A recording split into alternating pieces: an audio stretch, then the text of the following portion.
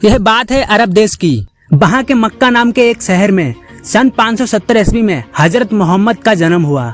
हजरत मोहम्मद साहब कुरैश कबीले से थे। उस समय अरब में अनेक छोटे छोटे कबीले जो लगातार एक दूसरे से लड़ते झगड़ते रहते थे। हजरत मोहम्मद साहब इन लोगों के बीच आपसी सौहार्द एवं भाईचारा बढ़ाने के लिए यह संदेश देने लगे कि ईश्वर एक है। यानी मोहम्मद साहब ने कहा कि सबको मिलजुल कर रहना चाहिए और सबका ईश्वर एक ही है। एकमात्र अल्लाह की उपासना यानी भक्ति करनी चाहिए। मोहम्मद साहब का कहना था कि अल्लाह को मानने वाले सभी लोग बराबर हैं और एक हैं। शुरुआत में मक्का शहर के कई लोगों ने मोहम्मद साहब की बातों का विरोध किया। जब मोहम्मद साहब मक्का में लोगों को अल्लाह और अच्छे जीवन की सच्ची बातें समझाने लगे तो वहाँ के लोगों ने उनका विरोध किया। इसलिए मोहम्मद साहब को मक्का छोड़कर मदीना शहर जाना पड़ा। उनके इस मक्का से मदीना जाने को हिजरत कहा जाता है और इसी समय से मुसलमानों का हिजरी संबत प्रारंभ होता है। यानी जब मोहम्मद साहब ने यह यात्रा की तो उसी साल से मुसलमानों ने अपना नया कैलेंडर शुरू किया जिसे कहते हैं हिजरी संबत। यह इस्लाम का अपना पाचांग या साल गिनने का तरीका है जो उसी साल से शुरू हुआ जब मोहम्मद साहब मक्का से मदीना गए। मदीना में ही पवित्र कुरान की रचना हुई तथा वहीं पर उनकी शिक्षाओं को नियमित रूप मिला। यानी जब हजरत मोहम्मद साहब मदीना में पहुंचे तो वहाँ उनकी शिक्षाओं को लोग ध्यान से सुनने और मानने लगे।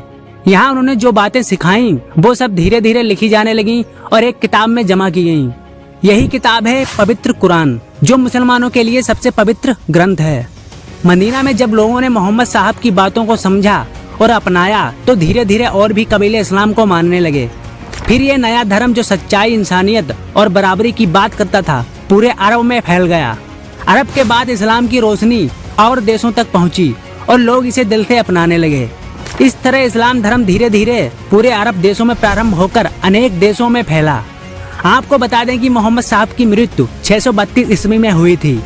इस्लाम धर्म के 3 बुनियादी सिद्धांत हैं, समता, समानता तथा बंधुत्व। इस्लाम धर्म के लोग मानते हैं अल्लाह एक है और वे उसके बंदे हैं तथा हजरत मोहम्मद अल्लाह का पैगंबर, संदेश लाने वाले पैगंबर हैं। मोहम्मद साहब की शिक्षाएं। हजरत मोहम्मद साहब ने मुसलमानों के लिए जीवन में निम्न 5 सिद्धांतों का पालन करना आवश्यक बताया है। नंबर 1 कलमा, नंबर 2 नमाज, नंबर 3 रोजा, नंबर 4 ज़कात, नंबर 5 हज। नमाज मतलब दिनों में 5 बार नमाज पढ़ना।